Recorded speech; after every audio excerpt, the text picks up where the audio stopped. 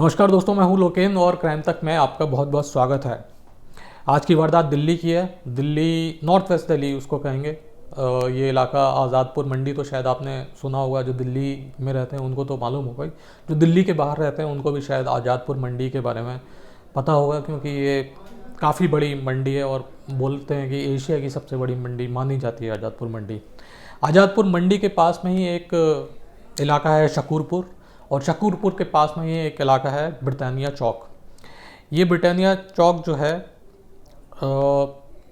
उसी चौक के आसपास, ये बात है 2013 और महीना था मई का। रात के करीबन 9:30-10 बजे पुलिस को एक कॉल मिलती है और कॉल करने वाला ये बताता है कि ये ब्रिटानिया चौक के आसपास जो है एक लड़का बड़ी बुरी तरीके से ज़ख्मी हालत में सड़क पे पड़ा हुआ है और काफ़ी उसका जो खून है वो बह रहा है। जब कॉल मिलती है तो पीसीआर मौके पे पहुंचती है और जो देखती है तो वाकई में एक लड़का पड़ा हुआ था और उसके बाद उसमें काफ़ी जो उसका खून था वो भी सड़क पे बह रहा था, रिस रहा था। तो ये पुलिस की जो टीम होती है वो उसे उठा के अस्पताल ले जाती है। डॉक्टर चेक करते हैं और उसको ब्रॉड डेड घोषित कर देते हैं। अब लड़का मर गया, चाकू के निशान थे। पुलिस को सबसे पहले आइडेंटिटी पता करनी थी और ये भी पता करना था कि ये जो लड़का है इसको क्या किसी निजी रंजिश के चलते मारा गया है या फिर लूटपाट के चक्कर में इसको मारा गया है। लेकिन सबसे पहले उस पूरे केस को सॉल्व करने की जो सबसे पहली सीढ़ी है, जो सबसे पहला कदम है, वो जो मरने वाला है उसकी आइडेंटिटी का पता लगाना। तो उसी के लिए पुलिस जो है उसकी जो पैंट की जेब होती है वो उनको तलाशती है। उसमें पुलिस को कुछ भी नहीं मिलता।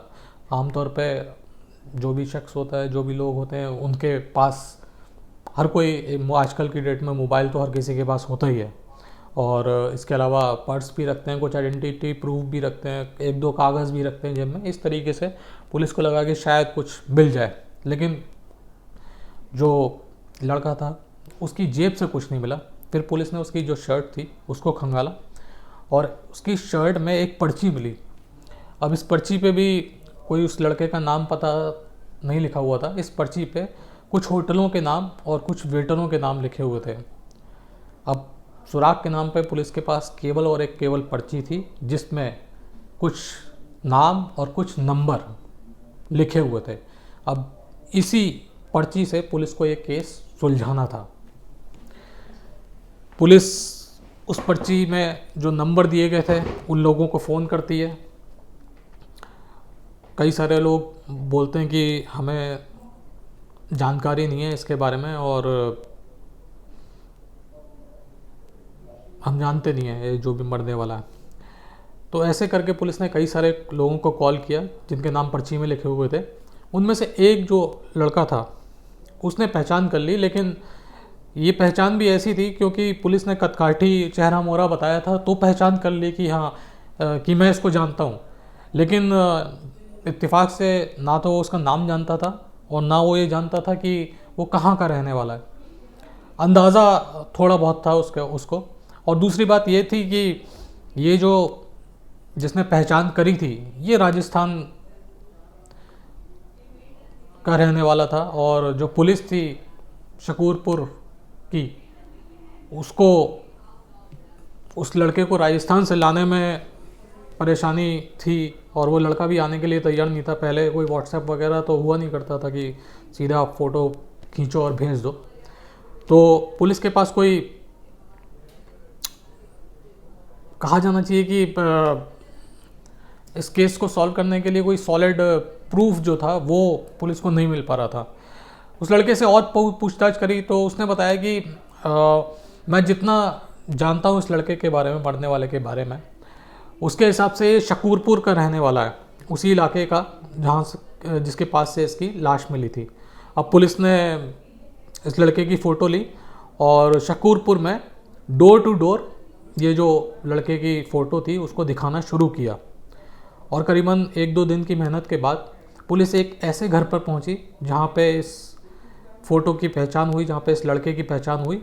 और जब ये फ़ोटो उस घर तक पहुंची तो वहाँ हाहाकार मच गया और घर वालों ने बताया कि ये हमारा लड़का है और इसका नाम उम्मेद है और ये मज़दूरी किया करता था, पर्टिकुलर किसी जगह पे नहीं, जो उसे मिल जाया करता था। कभी होटल में वेटर की नौकरी कर ली या फिर मंडी में कुछ और काम कर लिया, जहाँ पे भी उसको काम मिलता था तो ये एज अ मैनुअल लेबर काम किया करता था। उन्होंने ये भी बताया, पुलिस ने जब पूछा कि अगर ये 1-2 दिन से गायब था तो आपने कंप्लेंट क्यों नहीं करी, तो उन्होंने बताया कि अक्सर काम की वजह से घर से बाहर रहता था और एक 2 दिन बाद या 3 दिन बाद या हफ्ते भर बाद आता था। तो हमें ऐसा लगा कि शायद इस बार भी ये किसी काम की वजह से ही घर से बाहर गया हुआ है, तो हमने इसी वजह से फ़ोन नहीं किया। अब लड़के की पहचान तो हो गई, लेकिन लड़के को क्यों मारा, मारने वाले कौन थे, ये भी पुलिस के सामने सवाल था। और जब तक मोटिव का पता नहीं चलता और ये पता नहीं चलता कि कौन थे मारने वाले, तब तक ये केस तो सॉल्व हो नहीं सकता था।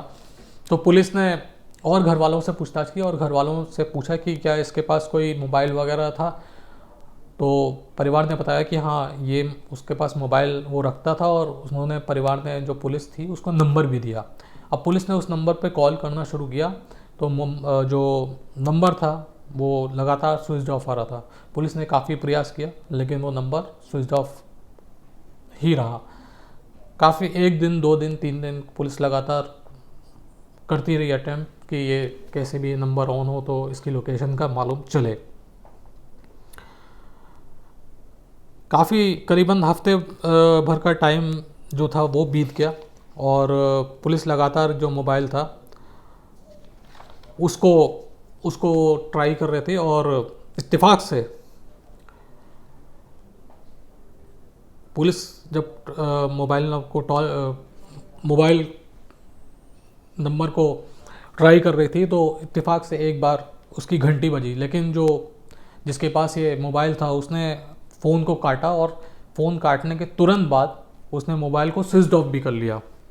अब जैसे ही मोबाइल स्विच ऑफ हुआ तो पुलिस ने तुरंत जो सेलुलर नेटवर्क है वहाँ के जो टेक्नीशियंस हैं उनसे संपर्क किया और उनसे पता किया कि ये बताइए कि ये जो मोबाइल है इसकी लोकेशन क्या थी, इसका टावर कहाँ था और दिल्ली के किस इलाके में ये ऑन हुआ है। तो जो सेलुलर नेटवर्क वाले थे उन्होंने बताया कि ये शकूरपुर के इलाके में ही ऑन हुआ है और पर्टिकुलर उन्होंने बताया कि इस एरिया में हो सकता है कि ऑन हुआ हो।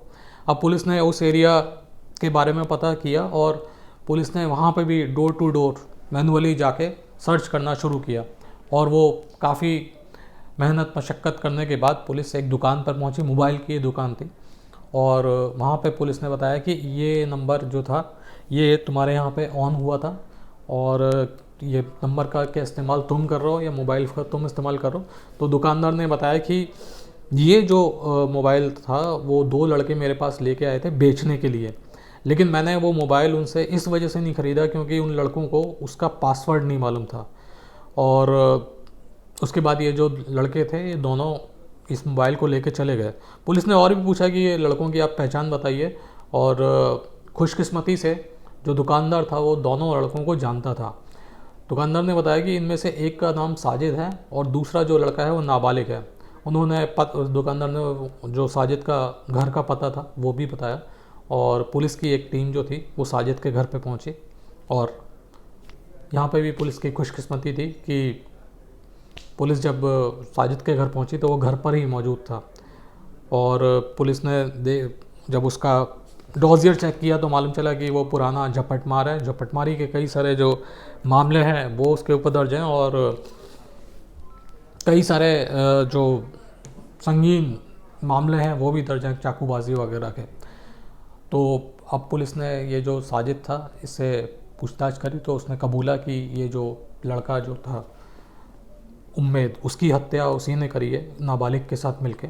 उसने बताया कि वारदात वाली रात ये लोग किसी को लूटने का प्लान कर रहे थे और इसी प्लान के तहत ये ब्रिटानिया चौक के पास ऐसी जगह पे बैठे हुए थे जहाँ पे काफ़ी अंधेरा था।